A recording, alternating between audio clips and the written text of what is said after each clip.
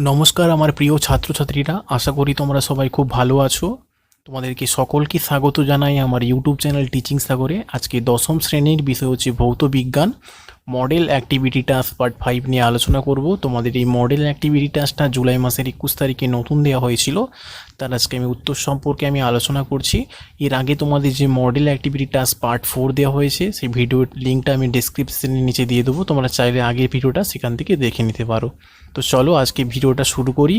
তোমাদের প্রথমে একের দাগে বলেছে ঠিক উত্তর নির্বাচন করো। প্রথমে একের দাগের একই প্রশ্ন দিয়েছে, বলেছে যেটি মৃদু তড়িৎ বিশ্লেষ্য সেটি হলো, হাইফেন দিয়ে কয় দিয়েছে সোডিয়াম ক্লোরাইড, ক্ষয় দিয়েছে অ্যামোনিয়াম সালফেট, গয়ে দিয়েছে সালফিউরিক অ্যাসিড, গয়ে দিয়েছে অ্যাসিটিক অ্যাসিড। ঠিক আছে, এই চারটা অ্যান্সারের মধ্যে কোন অ্যান্সারটা ঠিক হবে সেটা লিখতে বলেছে। এখানে আমাদের সঠিক উত্তরটা লিখবে ঘয়ের দাগ, অ্যাসিটিক অ্যাসিড। ঠিক আছে, আচ্ছা এরপরে তোমাদের একের দাগে 2 নম্বর যে প্রশ্নটা করেছে সেটা হচ্ছে অ্যামোনিয়া গ্যাসকে শুষ্ক করতে হলে যে যৌগটি উপযুক্ত তা হলো, কয়ে দিয়েছে P4O10, ক্ষয় দিয়েছে গাঢ় H2SO4, গয়ে দিয়েছে অনার্দ্র CaCl2 আর ঘয়ে দিয়েছে CaO। ঠিক আছে, এর সঠিক উত্তরটা লিখবে ঘয়ের দাগ CaO। ঠিক আছে, অ্যামোনিয়া গ্যাসকে শুষ্ক করতে যে যৌগটি উপযুক্ত হলো হাইফেন দিয়ে অ্যান্সারটা লিখবে। এরপরে তোমাদের একের দাগে 3 নম্বর যে প্রশ্নটা করেছে, বলছে তাপ পরিবাহিতা কের এসআই একক হলো, কয় দিয়েছে WM_K, কয় দিয়েছে WM-1K আর গয় দিয়েছে WM-1K-1, ঘয় দিয়েছে WM-K-1। এর সঠিক উত্তরটা তোমরা করবে গয়ের দাগ WM-1K-1। ঠিক আছে, আচ্ছা এরপর তোমাদের 2 দাগের প্রশ্ন করেছে, বলেছে নিচের বাক্যগুলি সত্য অথবা মিথ্যা তা নিরূপণ করো। 2 দাগের একের প্রশ্ন দিয়েছে, বলেছে যে তড়িৎ বিশ্লেষণের সময় দ্রবণের মধ্য দিয়ে তড়িৎ পরিবহন ঘটে ইলেকট্রন। ঠিক আছে, আচ্ছা এটা তোমরা অ্যান্সারটা করবে মিথ্যা। আমি এখানে ভুল চিহ্ন দিচ্ছি। এখানে কারণটা হচ্ছে দেখো, তড়িৎ বিশ্লেষণের সময় দ্রবণের মধ্য দিয়ে তড়িৎ পরিবহনটা করে আয়ন। ঠিক আছে, কিন্তু এখানে দিয়েছে কি ইলেকট্রন, সেই জন্য এটা কী হয়ে যাবে, ভুল হয়ে যাবে, কিন্তু তোমরা অ্যান্সারটাকে মিথ্যা লিখবে। ঠিক আছে, এরপর তোমাদের যে 2 দাগে 2 নম্বরটা দিয়েছে, বলছে ধাতুর আকরিক থেকে ধাতু নিষ্কাশনে বিজারণ অপরিহার্য। এটা ঠিক, সেই জন্য এটা তোমরা সত্য করবে।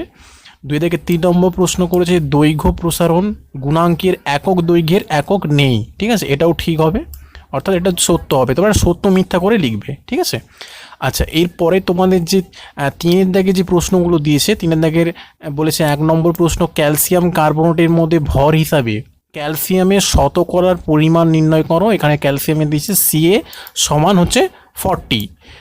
3 দাগে 2 নম্বর প্রশ্ন করেছে অ্যামোনিয়া সালফার ট্রাই অক্সাইড ইত্যাদি শিল্প উৎপাদনে ব্যবহৃত অনুঘটক সূক্ষ্ম চূর্ণ আকারে রাখা হয় কেন।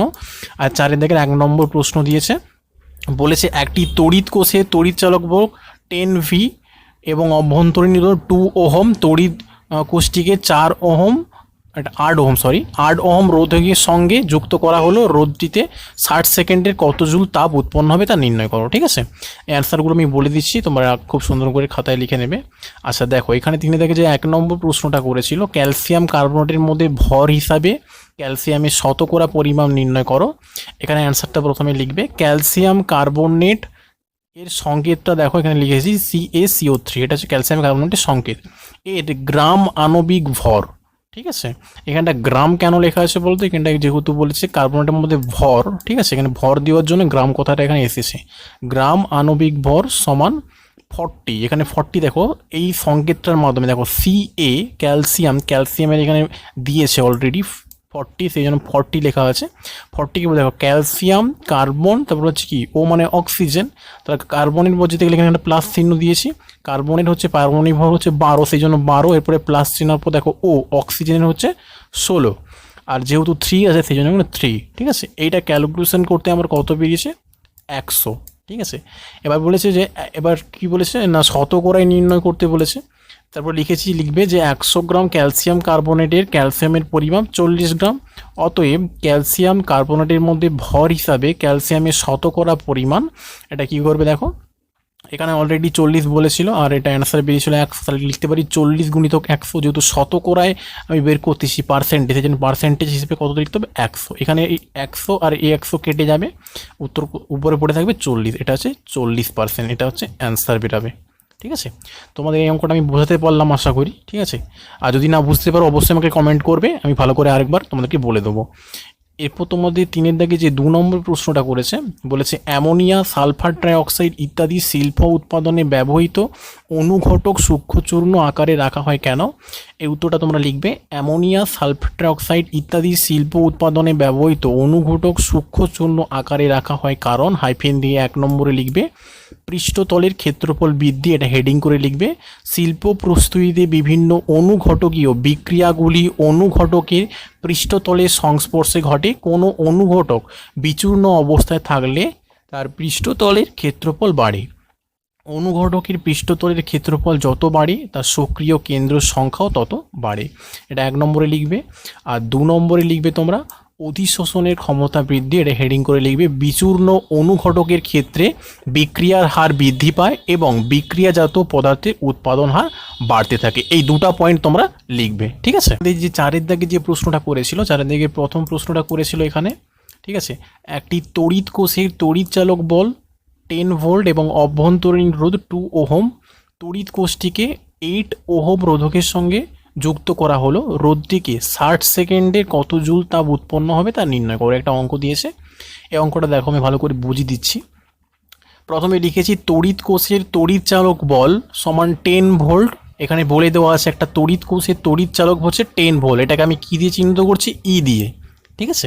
আচ্ছা, এরপরে লিখেছি কি না তড়িৎ কোষের অভ্যন্তরীণ রোধ, এখানে দেখো দেওয়া আছে অভ্যন্তরীণ রোধটা কি 2 ওহম বলে দেওয়া আছে, তাই এখানটা লিখলাম। এটাকে আর ছোট হাতের আর দ্বারা চিহ্নিতকরণ করছি, এটা লিখেছি 2 ওহম। দেখো তারপরে বলছে তড়িৎ কোষটিকে 8 ওহম রোধকের সঙ্গে যুক্ত করা হলো। কত ওহম? 8 ওহম, ঠিক আছে। তাহলে দেখো এখানে লিখেছি বাইরের রোধ, এটা বড় হাতের আর, যেহেতু অভ্যন্তরীণ রোধ আমাকে প্রথমে বলেছিল 2 ওহম, তার সঙ্গে আবার কত যোগ করা হচ্ছে? 8 ওহম, সেই জন্য এটাকে বড় হাতের আর দ্বারা চিহ্নিতকরণ করেছি। আচ্ছা, এরপরে তোমাদের কি বলেছে? সময় বলেছে রোধটিকে 60 সেকেন্ডে এটা টাইম বলেছে, তাহলে এখানে লিখেছি সময়, ব্যাকেটে টি দিয়েছি, টি সমান কত দিয়েছি? 60 সেকেন্ড, ঠিক আছে। আচ্ছা, এরপরে আমি লিখেছি কি অতএব তড়িৎ প্রবাহ মাত্রা সমান আই সমান, ঠিক আছে, এটাকে কি লিখেছি? দেখো ই বাই আর প্লাস আর, ঠিক আছে। এটা না আই নয়, এটা আছে এল, ঠিক আছে। এটা ই বাই কি লিখেছি? বড় হাতের আর প্লাস আর। এখানে ই বলতে কি বলা আছে? তড়িৎ কোষের তড়িৎ চালক বলকে মিন্স করছে, আর বড় হাতের আর বলতে বাইরের রোধ যেটা যুক্ত হয়েছিল 8 ওহম, এটাকে মিন্স করা হচ্ছে। আর ছোট হাতের আর বলতে যেটা তড়িৎ কোষের অভ্যন্তরীণ রোধ ছিল 2 ওহম, এটাকে মিন্স করা হচ্ছে, ঠিক আছে। তাহলে এখানটা লিখেছি ই সমান কত বলা আছে? তড়িৎ কোষ 10 ভোল্ট বলে দেওয়া ছিল, তো এখানে 10 ভোল্ট লেখা আছে বাই বড় হাতের আর, ছোট হাতের আর বলতে কি? বড় হাতের আর বলতে বাইরের রোধকে বোঝানো হচ্ছে 8 ওহম, তাহলে 8 লেখা আছে প্লাস অভ্যন্তরীণ রোধ ছিল কত? 2, তাহলে এখানে 2। এটাকে দেখো 10 করতে 10, 8-এর সঙ্গে 2 যোগ করতে 10, এটা 10-এর সঙ্গে 10 যদি কাটাকাটি তাহলে উপরে 1 পাচ্ছি, এটা অ্যাম্পিয়ার, ঠিক আছে। তাহলে কত আসবে? 1, তাহলে অ্যান্সারটা বেরিয়েছে 1 অ্যাম্পিয়ার, ঠিক আছে। তারপরে প্রশ্ন করেছিল রোধটিকে 60 সেকেন্ডে কত জুল তাপ উৎপন্ন হবে। তাহলে এবার লিখবে এখন রোধটিতে 60 সেকেন্ডে উৎপন্ন তাপ হিট, তাহলে লিখবে আই স্কোয়ার আর টি, ঠিক আছে। আচ্ছা, এখানটায় তড়িৎ প্রবাহ মাত্রাকে আই নয়, এটা হচ্ছে এল, ঠিক আছে, এল দ্বারা প্রকাশ করা হচ্ছে, ঠিক আছে। তাহলে এখানটা কি লিখবে? এইচ সমান এল স্কোয়ার আর টি, ঠিক আছে। এখানে এল স্কোয়ার বলতে কি? তড়িৎ প্রবাহ মাত্রা এল, ঠিক আছে। এই অ্যান্সারটা কত বেরিয়েছিল?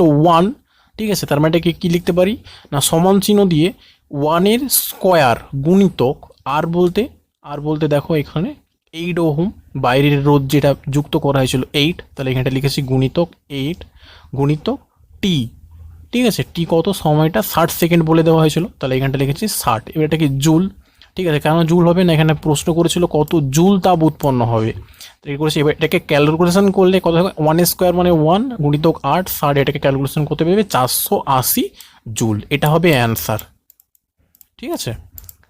এটা তোমরা ভালো করে খুব সুন্দর করে খাতায় আগে বুঝে তারপরে করবে, ঠিক আছে। আর যদি বুঝতে অসুবিধা হয় আমাকে অবশ্যই কমেন্টের মাধ্যমে জানাবে, আমি ভালো করে দরকার একবার তোমাদেরকে বলে দেবো, ঠিক আছে। তো বন্ধুরা, তোমাদের এই ছিল মডেল অ্যাক্টিভিটি টাস্ক পার্ট 5-এর অ্যান্সার, যে অ্যান্সারগুলোকে আমি খুব সুন্দরভাবে আলোচনা করে দিলাম। আশা করি তোমাদের কোনো প্রবলেম নেই, ঠিক আছে। যদি প্রবলেম থাকে তো অবশ্যই আমাকে কমেন্টের মাধ্যমে জানাবে। আর এই ভিডিওটা ভালো লেগে থাকলে অবশ্যই চ্যানেলটিকে তোমরা সাবস্ক্রাইব করো নতুন নতুন আরও ভিডিও পাওয়ার জন্য, ঠিক আছে। ধন্যবাদ।